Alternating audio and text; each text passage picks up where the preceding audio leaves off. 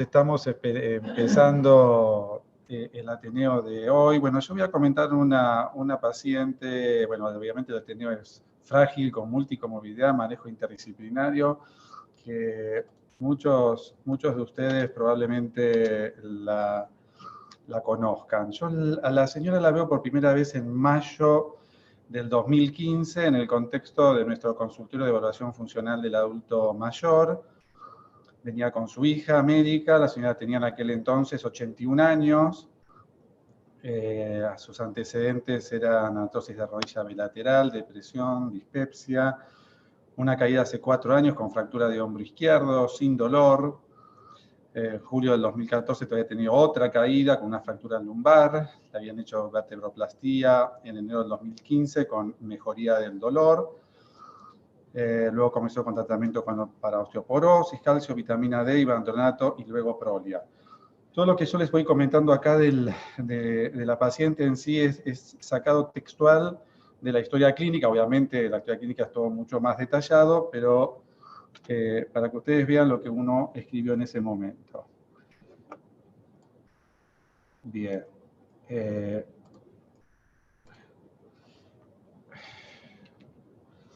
La hija refiere que luego de la aplicación de prolia comienza con alucinaciones.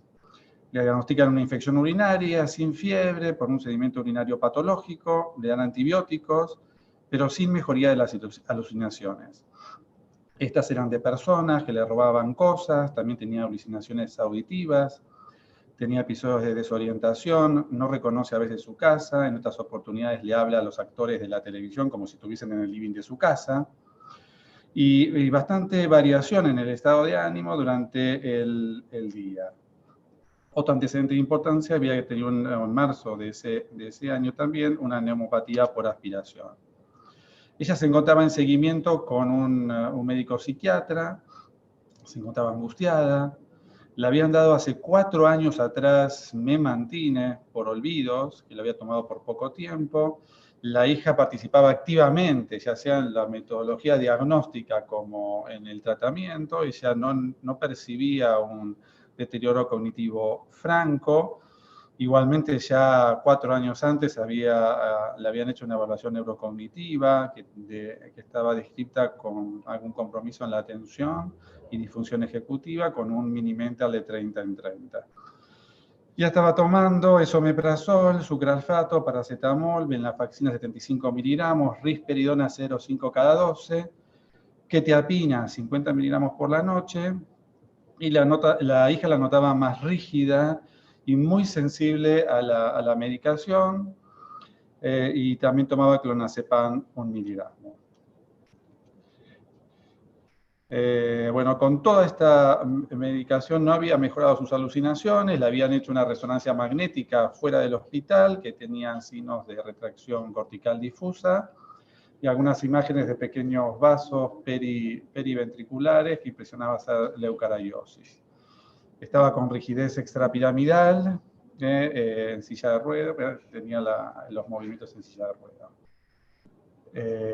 150-80 sin signos de falla de bomba. Bueno, el plan inicialmente fue reducir progresivamente la dosis de risperidona hasta intentar suspenderla, le pedimos análisis, impresionaba en primera instancia una demencia con cuerpos de Lewy y íbamos a estar en contacto con los resultados. Ella estaba en seguimiento domiciliario. Bueno, en definitiva, resumiendo, es una mujer de 81 años, tiene antecedentes de depresión, caídas, osteoporosis, consulta por alucinaciones, rigidez extrapiramidal, tomaba 2 antipsicóticos y clonazepam.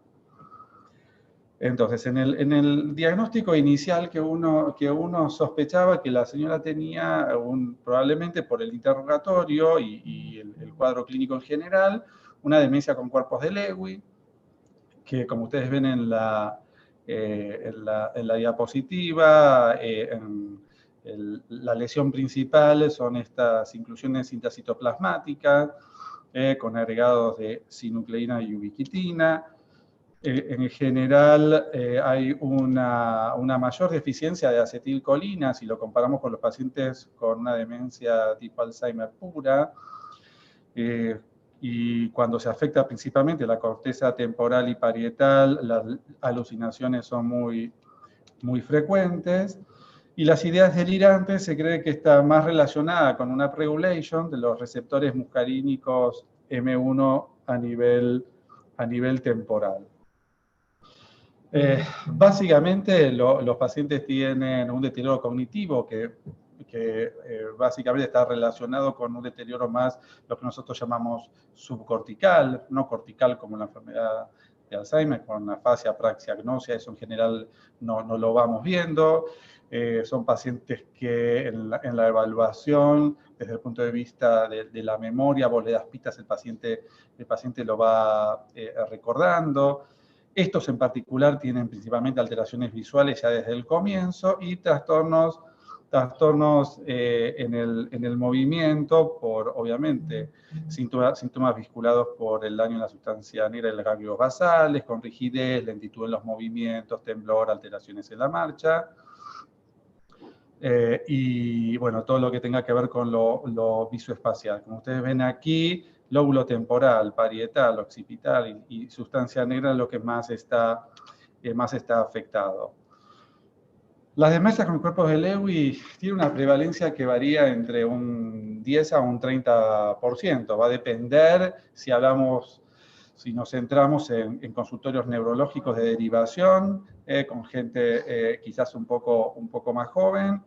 Pero me parece lo que interesante acá en la diapositiva, cómo también se te entremezcla con alguna sintomatología también relacionada con demencia de Alzheimer. Acá en esta revisión ponen entre 9 al 6%, pero en realidad la prevalencia es un poco mayor, como les decía.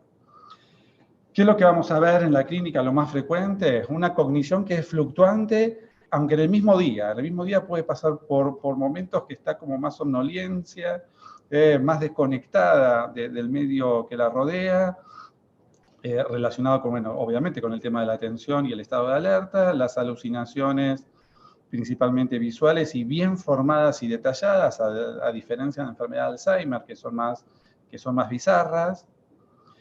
Y un punto que para nosotros es muy clave y que le damos muchísima trascendencia son los trastornos en la conducta en el sueño REM. En general, los pacientes te dicen que tienen sueños vívidos, que hablan de noche, que tienen movimientos, que hasta esto puede preceder al deterioro cognitivo. Ya en las próximas diapositivas lo vamos a ver un poquito más en detalle. Y una más características cardinales del parkinsonismo, como bradiquinesia, temblor de reposo, rigidez, estos pacientes lo tienen desde el inicio. Y después hay otros síntomas que podemos llegar a encontrar también. Desde la sensibilidad muy importante a los agentes antipsicóticos, este es un punto que es clave.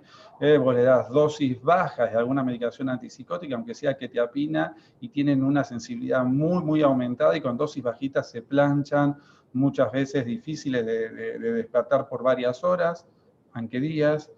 Una gran inestabilidad postural, inestabilidad en la marcha, con caídas a repetición, síncope, disfunciones autonómicas importantes, estreñimiento, hipotensión ortostática, incontinencia urinaria, bueno, hipersomnia, hiposmia, alucinaciones que ya hablamos, delirios también, apatía y ansiedad y depresión van todo de la mano. Y a su vez se le suman biomarcadores. O sea, los biomarcadores, en general, la función es poder detectar precozmente en ese paciente que comienza con los síntomas. Si los biomarcadores son positivos, te dan una alta chance que ese paciente vaya a evolucionar hacia el deterioro cognitivo que vos vas pensando.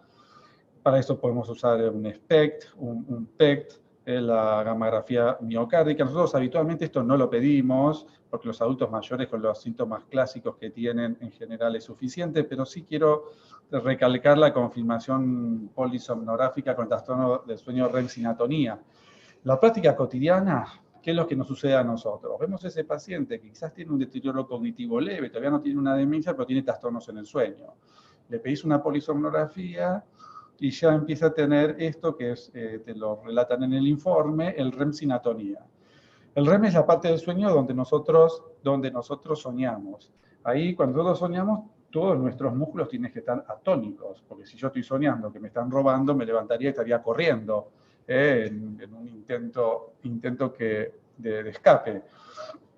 pero en la polisonografía eso se puede bien evidenciar, y quizás el paciente todavía no tiene todos los síntomas floridos de la demencia con cuerpos de Lewy.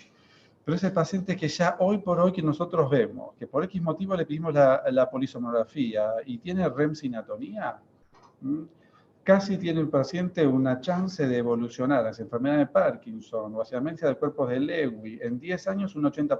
O sea, el porcentaje es muy alto.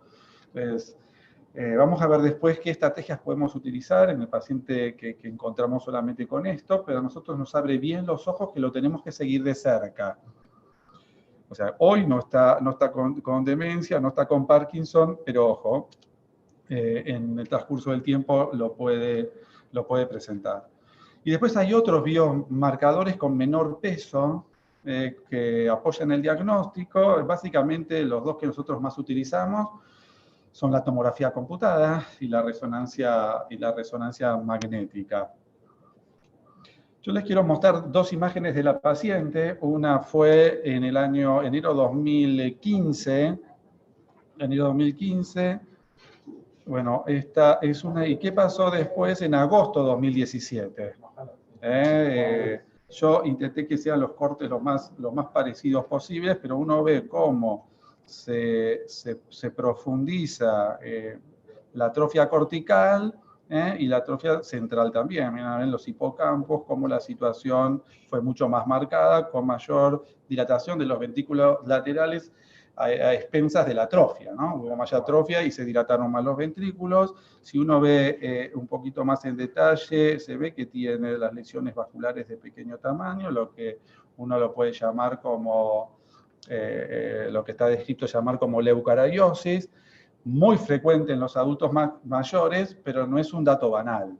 Porque también la leucariosis a largo plazo, el paciente tiene mucho más chance de evolucionar a un deterioro cognitivo, trastornos en la marcha. Hace, no sé, más de 10 años, 15 años, lo veíamos y lo relacionábamos como algo frecuente, como algo normal, ¿no? Pero sabemos que eso no es normal y volvemos al concepto de biomarcador.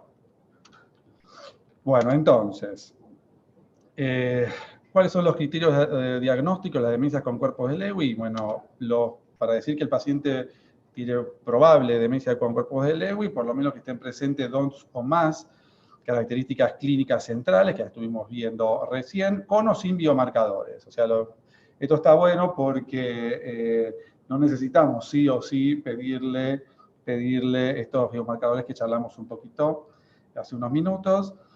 O si solo está presente una característica clínica central, pero con uno o más biomarcadores. Entonces, pero el diagnóstico es un diagnóstico clínico. El diagnóstico clínico que tenemos en nuestras consultas habituales, con una tomografía y una resonancia, alcanza. Y cuando decimos que es posible, si solo está presente una característica clínica central, sin evidencia de biomarcadores indicativos, o uno o más biomarcadores. Bueno, sigamos un poquito más. Entonces, habíamos dicho que en general, dentro de las demencias, la que está comprobado tiene mayor déficit de acetilcolina es esta demencia con cuerpos de Lewy. Entonces, uno podría pensar que si doy inhibidores de la colinesterasa, el paciente respondería mucho mejor que lo que vemos, por ejemplo, en un paciente con un típico Alzheimer. Y en realidad, desde el punto de vista cognitivo, parece que eso es así. Acá ven una revisión Cochrane de hace unos años atrás, donde los test que utilizan es el clásico Mini-Mental, que la mayoría de ustedes lo saben utilizar, o un ADAS-Cog, que esto más lo usamos en evaluaciones cognitivas más formales, es una escala de 70 puntos, y en este grupo de personas anduvo mucho mejor y la mejoría fue significativa. Si uno agarra y dice, bueno, si yo agarro, ¿qué pasó con un test más ejecutivo, como puede ser el test del reloj?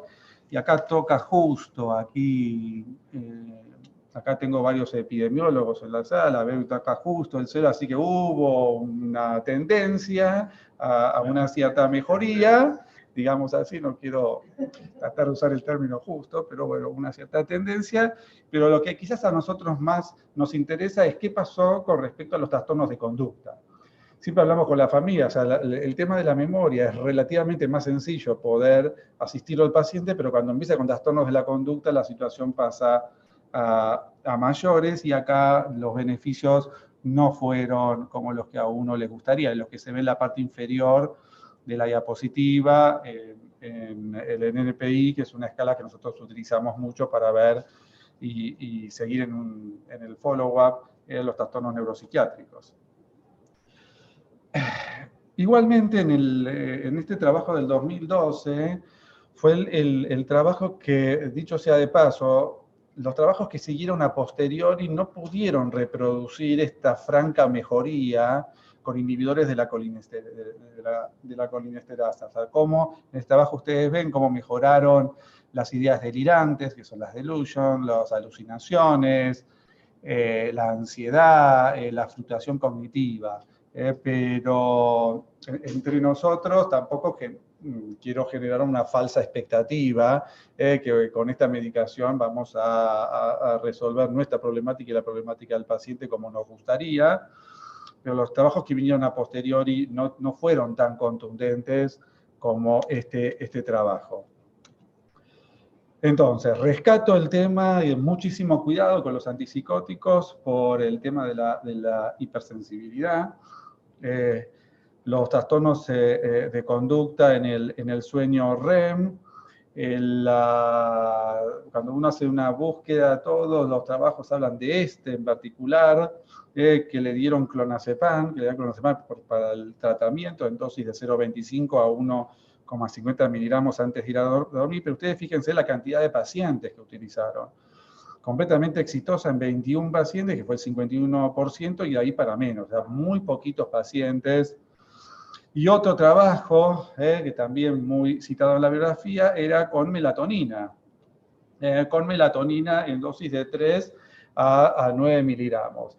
Y esto a nosotros, desde el punto de vista de nuestra especialidad de geriatría, para dar una benzodiazepina, nosotros lo pensamos 2, 3, 15, 20 veces, antes de dar una medicación que quizás uno lo va a tomar el paciente lo va a tomar en un tiempo prolongado. Entonces, y quizás uno va a ver más los contras que los pros. Así que en este sentido en particular, nosotros más nos basamos en nuestra práctica cotidiana, además la melatonina. Y otro aspecto es tratar de no utilizar antipsicóticos para tratar esto, porque también estaba la otra. Si yo, entonces muchos rápidamente puedo decir, bueno, entonces uno ve como trastorno de conducta, cómo te llega a vos, médico, la información del informante, ya sea el cuidador o la familia, de lo que le está sucediendo. Entonces uno puede empezar a dar quizás rápidamente a recetar un antipsicótico, pero recuerden la hipersensibilidad, y no está demostrado que los antipsicóticos mejoren este tipo de problemas, al contrario. Sigamos, volvemos a nuestra paciente. Junio 2015, consulta con la hija, persiste alucinaciones estructuradas, minimental difícil de realizar, pero se aprecian déficits en la orientación y la memoria reciente. Todo esto está sacado textual de la historia. Se encuentra con menor rigidez y más vigil luego de la suspensión de la risperidona. La hija impresiona con Bernat, parecía estar quemada, sobrepasada por toda la situación. Estaba buscando una cuidadora y seguimos con la impresión que la paciente tenía una demencia con cuerpos de Lewy. ¿Cuál fue la conducta? Agregar de dosis bajitas de donepezilo, 2,5 miligramos. Siempre hay que pedir un electrocardiograma antes para ver si tiene trastornos de la conducción, y cada vez que aumentamos la dosis, al mes le repetimos un electrocardiograma. Lo que antes era case report, de tener trastornos en la conducción, episodios sincopales, nosotros lo vemos muy frecuente. Hay que seguirla de cerca, ni que hablar si encima toma betabloqueantes. Con más razón todavía, y ahí empezamos a ver si no le podemos bajar la dosis del betabloqueante o cualquier indicación realmente tiene.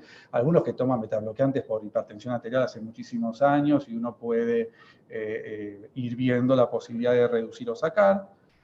Le voy bajando la dosis gradualmente de clonazepam y le subo la dosis de venlafaxina por su trastorno de angustia y todo esto. Y también hoy se sabe que los antidepresivos también mejoran los trastornos de conducta en los pacientes con deterioro cognitivo, y probablemente es la primera elección, por más que no tenga depresión y tiene trastornos de conducta no súper disruptivos que está rompiendo todo, pero sí en ese paciente que de alguna manera es manejable con medidas no farmacológicas, pero se tiene que avanzar con alguna medicación, dar antidepresivos.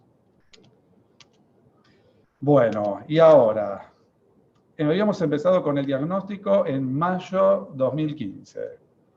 Todo esto que les voy mostrando de estos palitos, prácticamente son,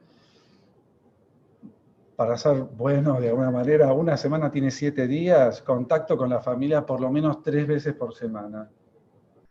Todas las semanas, sin importar vacaciones, sin importar fines de semana, para que entiendan la situación. Acá hay gente que da fe de lo que yo estoy diciendo. En el transcurso de todo este tiempo, de todos estos meses, ¿qué es lo que estuvimos haciendo? Ajustando la medicación, pues todo esto se hace de manera muy, muy progresiva, es un ajuste muy artesanal, mucha vinculación con la familia, mucho hablar con la familia para que entienda dónde estamos parados, cuál es el diagnóstico, cuál es la expectativa y hasta dónde la medicación puede o no mejorar la situación. Entonces, durante todo este tiempo, ajuste de medicación, suspensión de risperidona, bajar quetiapina, bajar clonazepam, subir venlafaxina.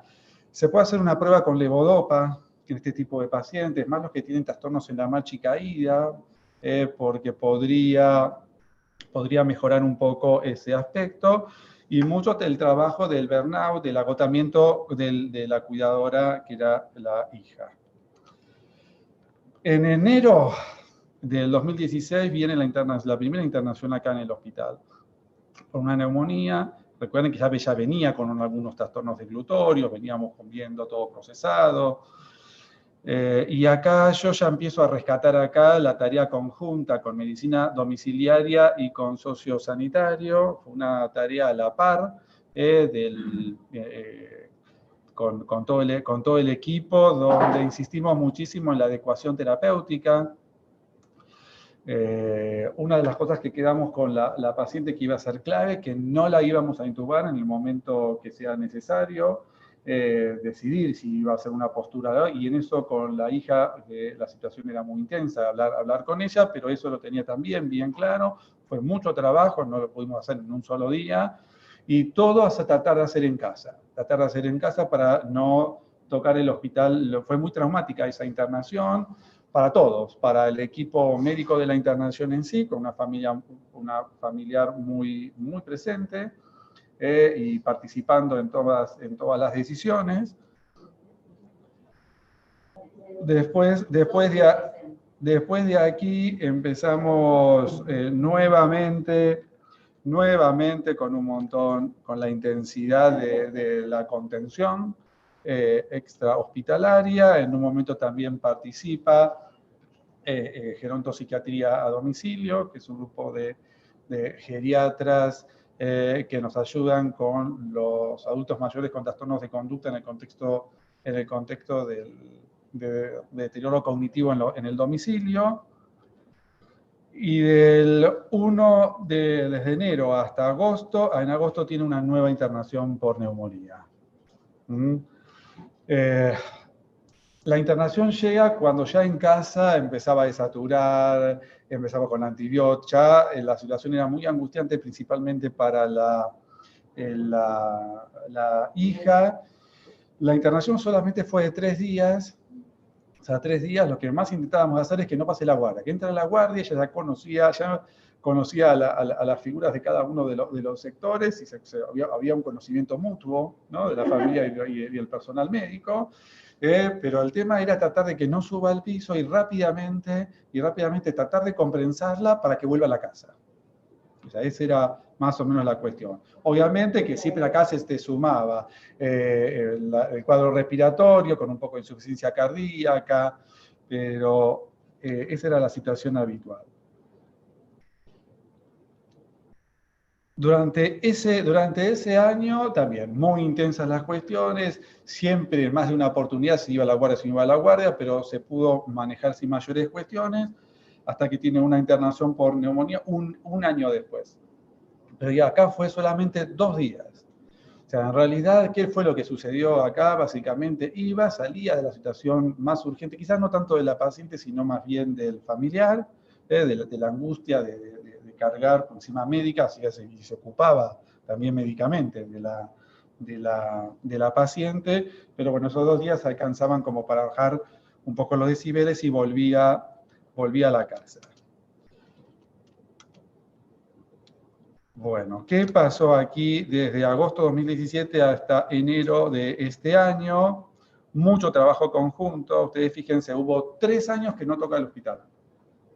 3 años que no toca el hospital, de este trabajo que yo quiero resaltar, codo a codo, con muchísima comunicación, con todo el equipo extrahospitalario, que nos ayudó muchísimo, porque la señora que se cambiaba de médico en el domicilio, no sé si en medicina domiciliaria hubo algún otro paciente que más cambió de médico en el domicilio.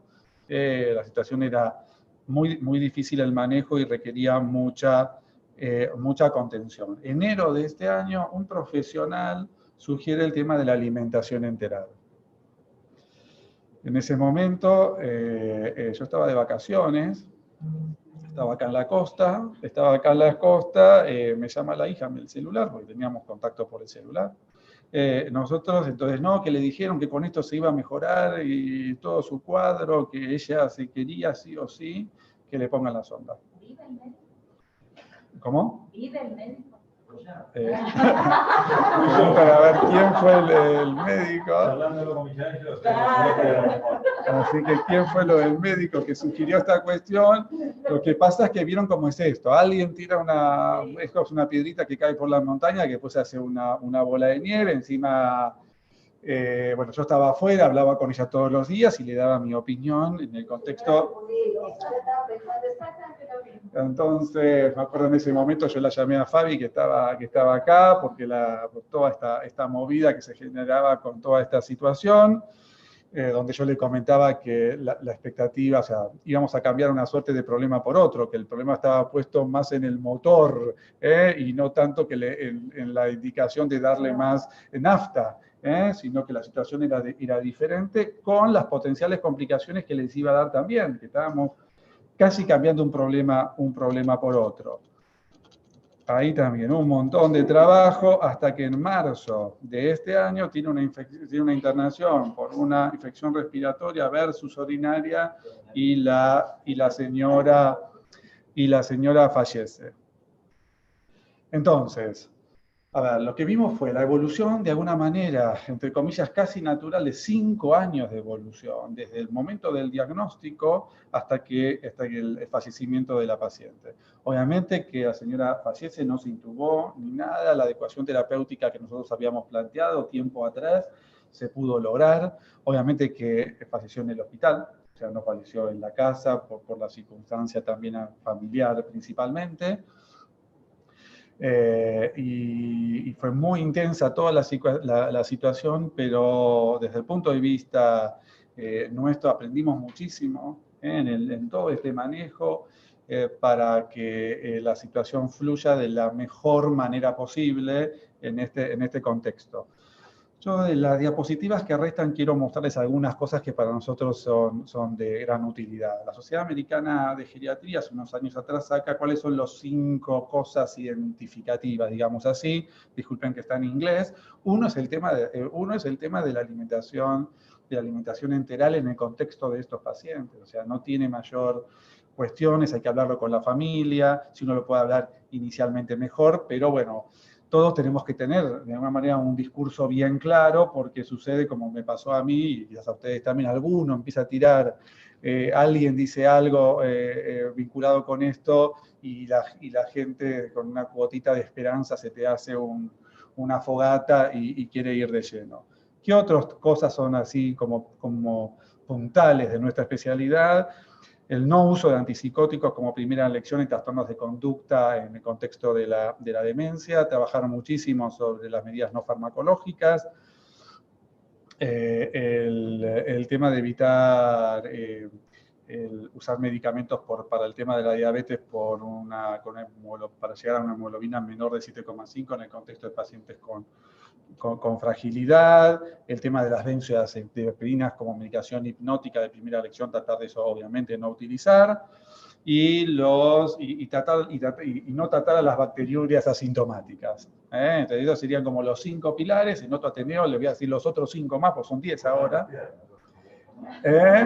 Así que no podemos hacer nada. Y esto que me parece interesante y también mostrárselo a ustedes, a ver cómo son los otros 5, quizás no pilares, sino podríamos decir hasta casi estamentos de la cuestión geriátrica en sí, que son las 5M en inglés. Mind, vinculado con todo el manejo que tiene que ver con la demencia, el síndrome confusional, la depresión, el manejo de la multicomplejidad, porque ahí entra la complejidad no solamente desde la situación de la cuestión clínica en sí, crónica, sino también de la situación sociofamiliar también, que tiene que ver, que se te entremezcla en esta problemática. Después otra de la M de Mahler, ¿qué es lo que importa de alguna manera? Acá me parece que este es un punto que es muy interesante, porque todo lo que tenga que ver con las metas vinculados con los resultados en salud y las preferencias del paciente no deberían estar contrapuestas con lo que nosotros pensamos. O sea, si lo que piensa la institución, lo que piensa el paciente, y nosotros si tenemos que hacer un gran esfuerzo, y les puedo asegurar que el beneficio es el beneficio para todos. O sea, ya sea en disminuir el tema de las reinternaciones, las preferencias para el paciente en el contexto de la sonda de alimentación enteral, como charlábamos antes. Entonces, no son cosas que se contraponen, al contrario, son cosas que se complementan. El tema de la medicación para nosotros es un punto que es clave, la carga de medicamentos que el paciente toma y obviamente por la potencialidad de los efectos adversos, y la movilidad vinculada con lo funcional y la prevención de caídas. Y acá viene todo el concepto de la fragilidad que hoy por hoy, en la era COVID en la que estamos inmersos, se nos entremezcla a todos, a los geriatras, a los clínicos, y todos rápidamente empiezan a embeberse en qué es esto de la funcionalidad y ahora en la era COVID. El que hizo esta escala, que es la que utilizamos también acá en el hospital, en el comité de bioética, lo hizo Kenneth Rockwood, que es un geriatra canadiense, donde está desarrollada principalmente, ¿cómo se desarrolló esta escala? Fue dada y validada para resumir el juicio clínico nuestro desde el punto de vista geriátrico, para luego complementar una evaluación integral. O sea, era el punto, o sea, no era el final, sino era un punto de partida. O sea, yo sé dónde estoy parado y ahí empiezo a implementar las estrategias. Y bien se sabía que los pacientes que tienen de 5 ustedes fíjense el dibujito te representa muy bien lo que estaba sucediendo. Desde el paciente que camina con un andador, ¿qué quiere decir? Que no va a poder hacer todas las actividades del hogar no las va a poder hacer, que va a requerir ayuda, probablemente requiera ayuda para el tema de la medicación y de las finanzas. Entonces, y estos pacientes se saben que al margen del COVID, que los que entran a una unidad cerrada de cuidados intensivos, al año sobrevive el 50%. O sea, tenés que sobrevivir el 50%, que decir que el 50% obviamente no sobrevive. Y se puso, principalmente en el Reino Unido, fueron los que más desarrollaron esta estrategia como parámetro extra, además de lo clínico en sí, de la enfermedad aguda, para su ingreso a unidades cerradas. Y con respecto al COVID en sí, siempre pensando cómo estaba esta escala 2 semanas antes, porque confieso que va a la guardia, el paciente está muy desfuncionalizado, con una situación aguda, en este caso COVID, y vos tenés que hacerte una idea de lo que la familia te está comentando, cómo estaba 2 semanas antes para saber cómo avanzar. En definitiva, hay una revisión, salió hace un par de semanas no más, cómo la fragilidad no tenemos que tomarlo como sinónimo de fin de vida. Si decimos el punto 5, el valor de corte 5, a ver, pero muchos van a sobrevivir de eso. O sea, ¿cómo van a quedar? O sea, tratar de repensar. Y me parece que sí, yo quiero llamar un poco acá a la reflexión, ¿no? en el sentido de de no tomar a la fragilidad como una variable dicotómica. Tiene, no tiene, entonces si no tiene, ya está. No hay nada más por hacer y a otra cosa. Desde ya que se entiende toda una cuestión vinculada con entrar poca gente a la sala de COVID y eso que es totalmente aceptable desde ya, pero lo importante acá es que nos lleve a la reflexión cuando en las próximas semanas, esperemos, la situación empiece a disminuir en cuanto a la intensidad de los pacientes y poder reflexionar con esos pacientes con alta fragilidad qué podemos hacer y qué podemos ofrecerles nosotros desde el punto de vista del sistema de salud para mejorar. ¿Y esto por qué lo digo? También, a ver, en nuestro hospital o en otros lugares también, a veces vos tenés una suerte de sectores donde están todos juntos, y estos son como los guerreros de terracota que en algún momento cuando termine la pandemia me encantaría, no sé en qué situación estaremos desde otros puntos de vista, pero me encantaría, siempre sueño con tratar de ir a verlos, pero me parece muy interesante la anécdota, porque uno lo ve desde donde estamos ahora nosotros parados, y todos estos soldaditos parece que son todos iguales, desde este punto de vista, desde acá donde los vemos. Pero si vos vas en detalle a ver uno por uno, no hay dos que sean iguales. Todos son diferentes. Entonces, a veces uno ve en una sala, en tipo playón, y vos lo ves a todos los viejitos, todos con comunicación anterior, te parece que son todos iguales. Y no son todos iguales. Entonces, rescatar un poco esa heterogeneidad, que desde ya somos todos nosotros heterogéneos, y los adultos mayores en esta situación también lo son. Desde su severidad de enfermedad, desde su estado funcional, desde su pronóstico, desde sus prioridades personales, desde el riesgo de eventos adversos, cómo optimizamos los planes de cuidado. Me parece que esto es importante porque hay veces son varios meses que estamos con todo esto del COVID y uno puede entrar en una suerte de normalidad y bueno, esto es así y sigamos así cuando termine la pandemia también. Y sigamos así como que sí, bueno, son todos... Y me parece que tenemos que llevar esto a la reflexión de que cuando termine la pandemia vamos a tener que modificar un montón de cuestiones y estamos todos de acuerdo, pero veamos qué es lo que tenemos que modificar. Los ingleses en el año 2017, en julio, es el primer país del mundo que identifica de rutina al adulto mayor de 65 años con fragilidad a través de un formato electrónico, que es sencillo. Entonces, caiga donde caiga, si sumaba el paciente en el sistema de salud, si sumaba X requisitos que la misma historia clínica te chupa de lo que escribió el médico, llegaba al diagnóstico, un diagnóstico electrónico de fragilidad. Y esto es muy importante, porque a partir de esto, después se hicieron, evaluaciones funcionales. Fue el punto de partida inicial, por ejemplo, para evaluar pacientes con fractura de cadera y hacerle una evaluación geriátrica integral o pacientes que se sometieron a cirugías vasculares. Entonces, para ir terminando, para nosotros la fragilidad desde ya es la frutilla de la torta. La detección precoz en el intento de realizar un plan de acción es clave, desde ya que tenemos que capturar todo su estado de salud clínico previo, desde ya que eso es vital, juntamos las dos cosas, son complementarias, y como vimos, la fragilidad en sí es un predictor de múltiples resultados adversos, tanto en la comunidad como en pacientes hospitalizados. En el año 2010, conjuntamente, cuando nosotros empezamos con todo un proyecto novedoso, también en otros lugares del mundo encontraban las mismas dificultades que teníamos nosotros, que los cuidados eran cuidados incompletos, fragmentados, ineficientes, inefectivos, intentar tratar de organizar algo diferente, principalmente con la punta del iceberg, que es la gestión de casos en este grupo de pacientes fundamental. Que a veces uno piensa que se va a morir enseguida y vivió 5 años. Y vivió 5 años. Es cosas que yo lo traje acá a colación, pero esto es algo muy frecuente que nosotros vemos.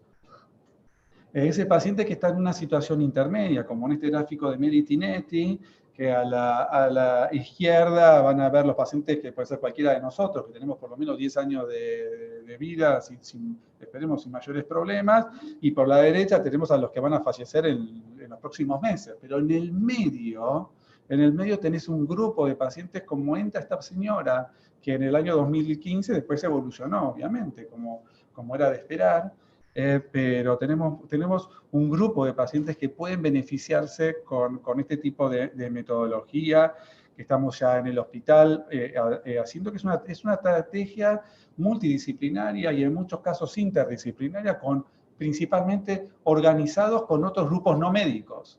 Me parece que esa es la clave, empoderar al grupo no médico en la atención. No solamente una cuestión muy paternalista del médico, sino incorporamos a los demás y todos aprendemos de todos. Entonces, tenemos que reforzar todo este gran engranaje que es difícil, que lo tenemos que ayornar, pero me parece que lo tenemos que reforzar en el trabajo grupal y en el trabajo de postas. Porque hoy está internado el paciente, mañana está en el domicilio, quizás después el paciente con internación domiciliaria, después el paciente puede o no volver a la consulta. Entonces, pensarlo de esta manera totalmente integral. Y con esta sí me despido con una frase de Cicerón que leí hace un tiempo atrás y me pareció muy interesante, donde él escribe un libro sobre la senectud, donde habla que la precipitación pertenece a la juventud y la prudencia a la vejez. Y quizás muchos de los que estamos acá, de los que estoy viendo solamente una, que tiene 30 años y los primeros, pero todos los demás ya pasamos y estamos en una situación casi intermedia entre el joven de 30 y el de 65 o 70 años, de cómo quizás estamos en una situación ideal para tomar lo bueno de cada situación. O sea, seguir con esta precipitación, que yo me refiero a esas ganas de hacer cosas y la motivación que tenemos, pero sí los suficientes años tenemos para ser prudentes en las tomas de decisiones a futuras de cómo queremos que de aquí sean más en la época post-COVID. Bueno, muchas gracias a todos.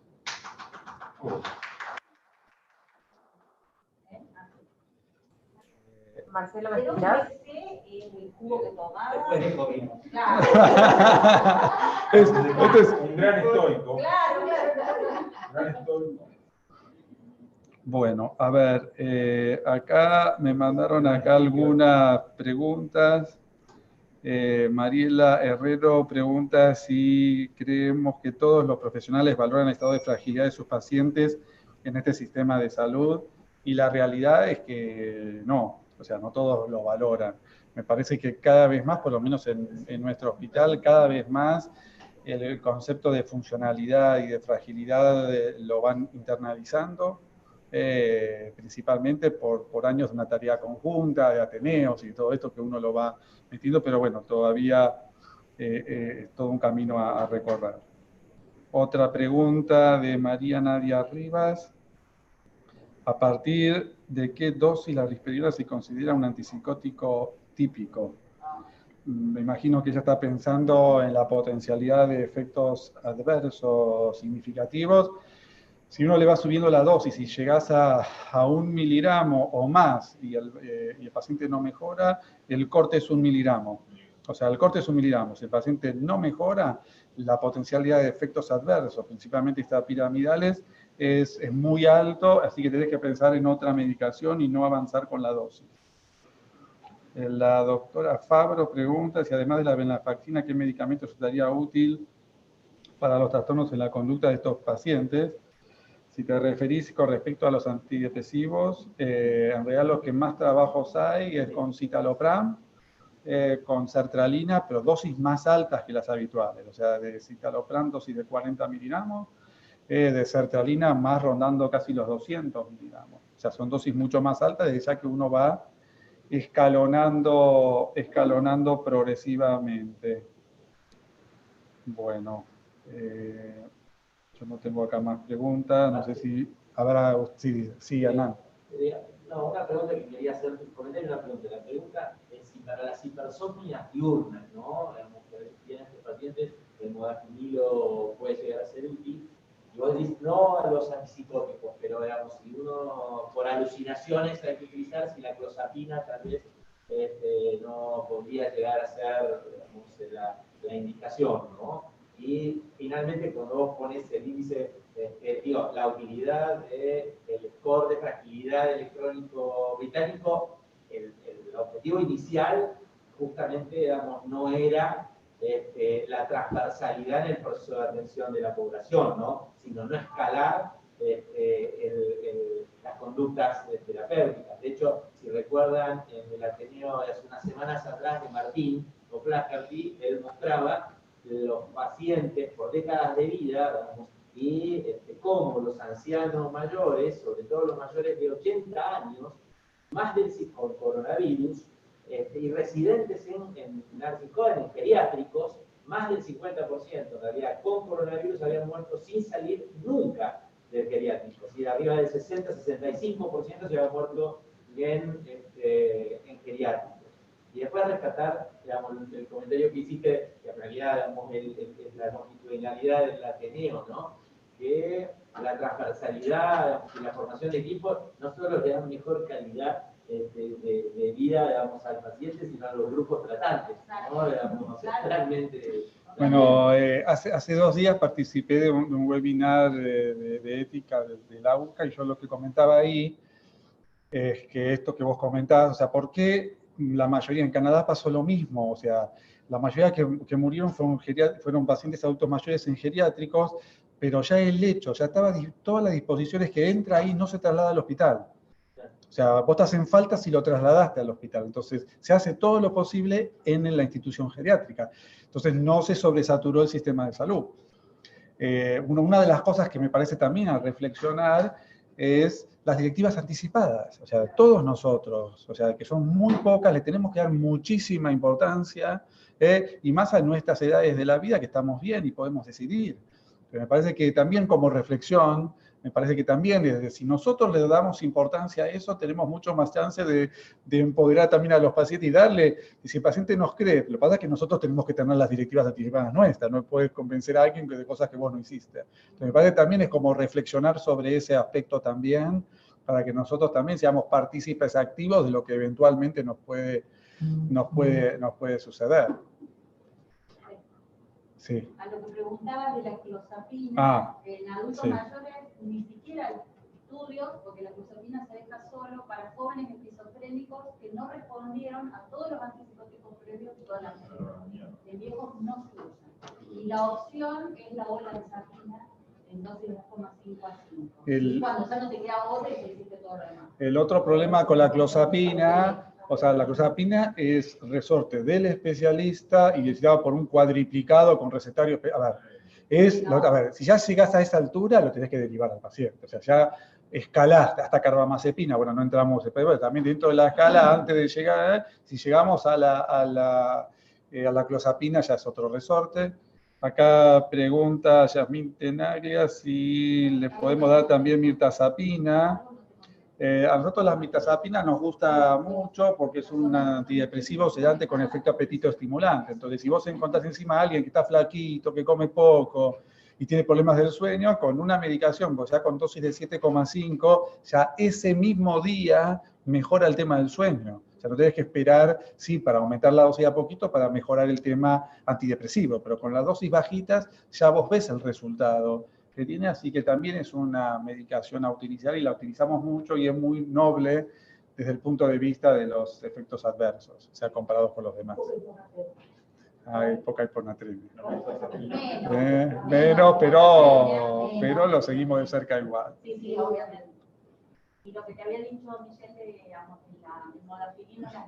Lo de la modafinilo, hay algunos trabajos que no mejoran demasiado la cuestión. O sea, yo tuve a pocos pacientes que no se los indiqué yo, se los indicó neuro y sin franca mejoría. La gran mayoría de las veces lo que sucede, ¿cuál es la principal causa de por qué duermen más de día? Es porque probablemente de noche no durmieron. Entonces, el primer paso, y de explicar mucho, mejorar el ciclo sueño-vigilia. O sea, a la noche está muy despierto, tiene wandering, y después en algún momento, porque dicen, no duermen todo el día. Sí, no duermen todo el día a la noche. Pero durante el día, ¿qué pasa? Y ahí seguro duerme o duerme entrecortado. Entonces, este es un trabajo fenomenal que nosotros hacemos.